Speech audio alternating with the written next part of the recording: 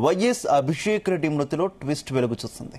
నిన్న ఆసుపత్రిలో అభిషేక్ రెడ్డి చికిత్స పొందుతూ మృతి చెందినట్టు సమాచారం.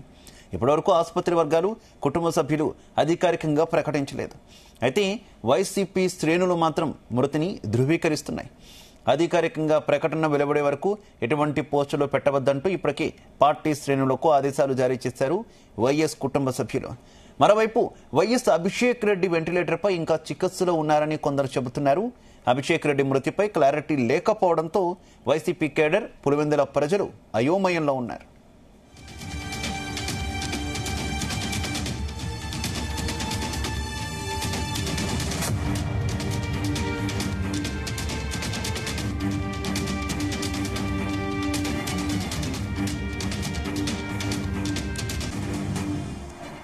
రైట్, వైఎస్ అభిషేక్ రెడ్డి మృతికి సంబంధించిన వార్తలో ఒక కన్ఫ్యూజన్ నెలకొన్నటువంటి పరిస్థితి. వైఎస్ అభిషేక్ రెడ్డి మృతికి సంబంధించి నిన్నటి నుంచి వార్తలు వచ్చినటువంటి సిచ్యువేషన్. అయితే అధికారిక ప్రకటన వైఎస్ కుటుంబం నుంచి కానీ, అభిషేక్ రెడ్డి కుటుంబం నుంచి కానీ ఎక్కడా కూడా రాలేదు.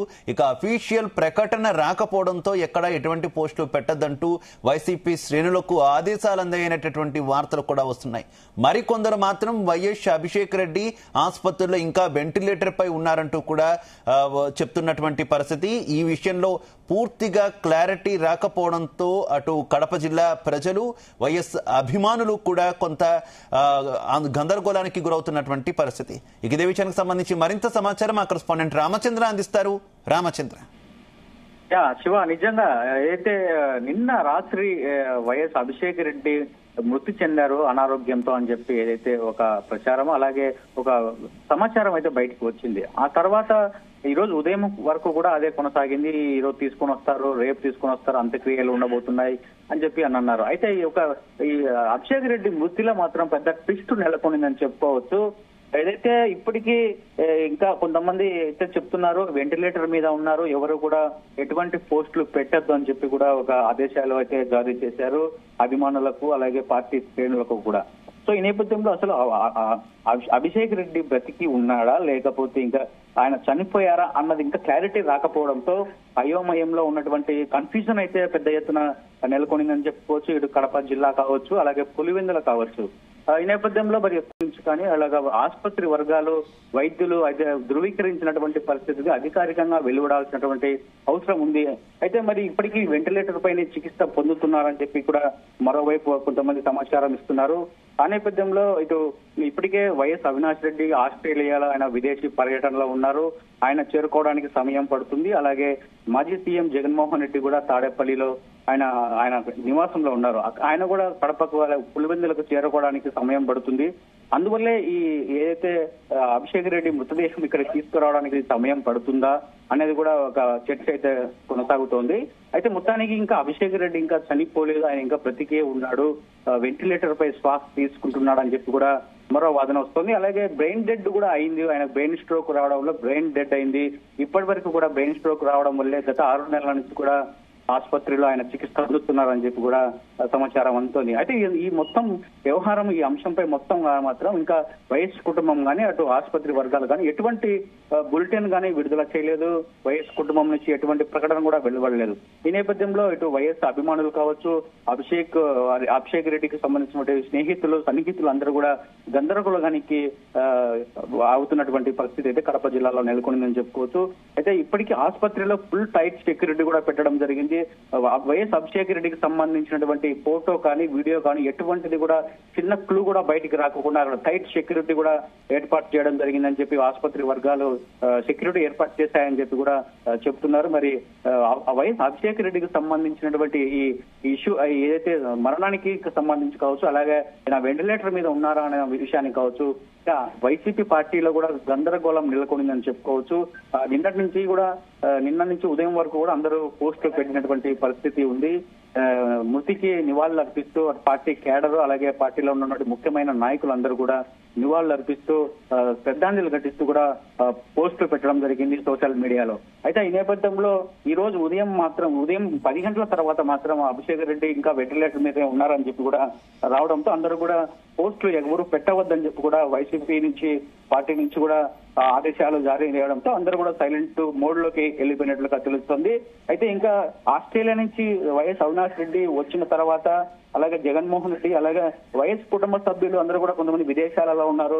రామచంద్ర, నిన్నటి నుంచి ఈ వార్త వచ్చిన తర్వాత దాదాపు వైసీపీ అభిమానులు, వైఎస్ కుటుంబ అభిమానులు చాలా మంది సోషల్ మీడియా వేదికగా ఆయనకు సంతాపం తెలుపుతూ, అభిషేక్ రెడ్డికి సంతాపం తెలుపుతూ పోస్టులు పెట్టినటువంటి పరిస్థితి. కానీ ఎక్కడ కూడా వైసీపీ అఫీషియల్ హ్యాండిల్ నుంచి కానీ లేదంటే జగన్మోహన్ రెడ్డి అఫీషియల్ ఎక్స్ నుంచి కానీ ఎక్కడ కూడా ఏ రకమైనటువంటి సంతాపం పోస్టు కూడా వచ్చినటువంటి పరిస్థితి లేదు. ఏంటి అసలు ఏ రకమైనటువంటి చర్చ నడుస్తుంది గ్రౌండ్ లెవెల్లో దీనికి సంబంధించి, వ్యవహారానికి సంబంధించి? వైఎస్ అభిషేక్ రెడ్డికి సంబంధించిన వ్యవహారం మొదటి నుంచి కూడా అతనుకు అనారోగ్యం క్షీణించి ఆ ఆసుపత్రికి వెళ్ళినప్పటి నుంచి కూడా ఈ యొక్క సందిగ్ధత, ఈ యొక్క సీక్రెసీ మాత్రం మెయింటైన్ చేస్తూనే వస్తున్నారు. అటు వైఎస్ కుటుంబ సభ్యులు కావచ్చు, అటు వైఎస్ఆర్ కాంగ్రెస్ పార్టీ శ్రేణులు, నాయకులు, కార్యకర్తలు అందరూ కూడా అసలు అభిషేక్ రెడ్డికి వచ్చినటువంటి ప్రాబ్లం ఏంటి అనేది కూడా ఇప్పటికీ కూడా క్లియర్ గా ఎవరికి తెలియనటువంటి పరిస్థితి. సో అయితే నిన్న అకస్మాత్తుగా ఆయన మరణించారని చెప్పి కూడా వార్త వచ్చింది. అయితే ఇప్పటికీ నైట్ అంతా సైలెంట్ గా ఉన్నటువంటి వారు ఈ రోజు ఉదయం 10 తర్వాత ఇంకా మరణించలేదు, ఆయన ఇంకా వెంటిలేటర్ మీదే ఉన్నారు, చికిత్స పొందుతున్నారు అని చెప్పి కూడా ఇలా చెప్తున్నారు. అయితే ఈ నేపథ్యంలో ఈ గందరగోళ పరిస్థితుల్లో మాత్రం అందరికీ అటు మీడియా కావచ్చు, అటు ప్రజలకు కావచ్చు, అటు పార్టీ క్యాడర్ కావచ్చు పూర్తి స్థాయిలో గందరగోళం నెలకొందని చెప్పుకోవచ్చు. మరి ఎందుకు ఇంత సీక్రెసీ మెయింటైన్ చేస్తున్నారు అనేది ఒక అనుమానాలు అయితే చాలా మంది ఏదైతే సామాన్య ప్రజల్లో కూడా వ్యక్తమవుతున్నటువంటి పరిస్థితి అయితే కనిపిస్తోంది. మరి దీనికి సంబంధించి ఇంతవరకు అఫీషియల్ గా ఎవరైనా ఒకరు కుటుంబ సభ్యులు కావచ్చు లేదంటే గతంలోనే అభిషేక్ రెడ్డి ఆరోగ్య పరిస్థితి గురించి తెలుగుదేశం పార్టీ కొన్ని వ్యాఖ్యలు చేసినటువంటి పరిస్థితి మనం చూసాం కదా రామచంద్ర.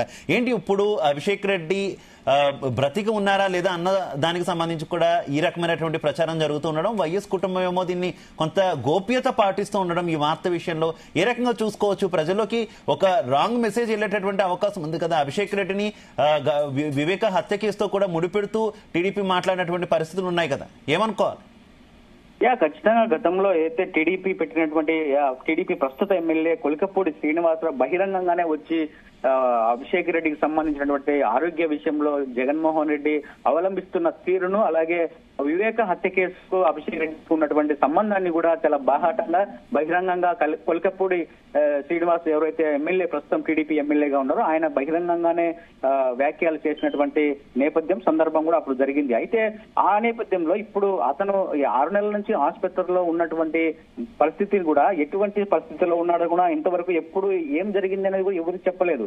అయితే నిన్న హఠాత్తుగా నిన్న నైట్ చనిపోయినటువంటి వ్యక్తి ఈ రోజు వెంటిలేటర్ మీద ఉన్నారు అన్నది ఇటు టీడీపీ వారు ఏదైతే అనుమానాలు అప్పుడు వ్యక్తం చేశారో ఆ అనుమానాలను నిజం చేస్తూ ఇప్పుడు ఏదైతే వ్యవహారం నడుస్తోందో రాత్రి నుంచి కూడా ఇవన్నీ కూడా బలపడే అవకాశం ఉంది టీడీపీ వాళ్ళు చేసినటువంటి ఆరోపణలు. అయితే దీనికి అంతటికీ కూడా మరి ఎందుకు ఇంత గోప్యత పాటిస్తున్నారు అనేది కూడా ఒక క్లారిటీ రావాల్సినటువంటి పరిస్థితి ఉంది. మరి ఎందుకు అనేది కూడా వైఎస్ కుటుంబ సభ్యులను కూడా ఎవరినైనా కాంటాక్ట్ చేసినా కూడా వారెవరు మౌనంగా ఉన్నటువంటి పరిస్థితి ఉంది. మౌనం వీడడం లేదు ఎవరు కూడా. పులివెందులలో ఉన్నటువంటి మీడియా కూడా ఆంక్షలు పెట్టినటువంటి పరిస్థితి ఉంది. అభిషేక్ రెడ్డికి మృతికి సంబంధించినటువంటి వార్తలు కూడా ఏది ప్రచురించద్దు దయచేసి అని చెప్పి ఒక విజ్ఞప్తి కూడా చేసినట్లుగా మనకు సమాచారం ఉంది. మరి చూడాలి అసలు అభిషేక్ రెడ్డికి ఏమైంది, ఆయన ఇంకా వెంటిలేటర్ పై ఉన్నారా, ప్రాణాలతో ఉన్నారా, లేదంటే మృత్యువాత పడ్డారా అనేది కూడా ఒక క్లారిటీ ఇస్తే బాగుంటుంది అనేది కూడా అందరూ భావిస్తున్నటువంటి పరిస్థితి అయితే కనిపిస్తోంది Shiva. Okay Ramachandra, thank you.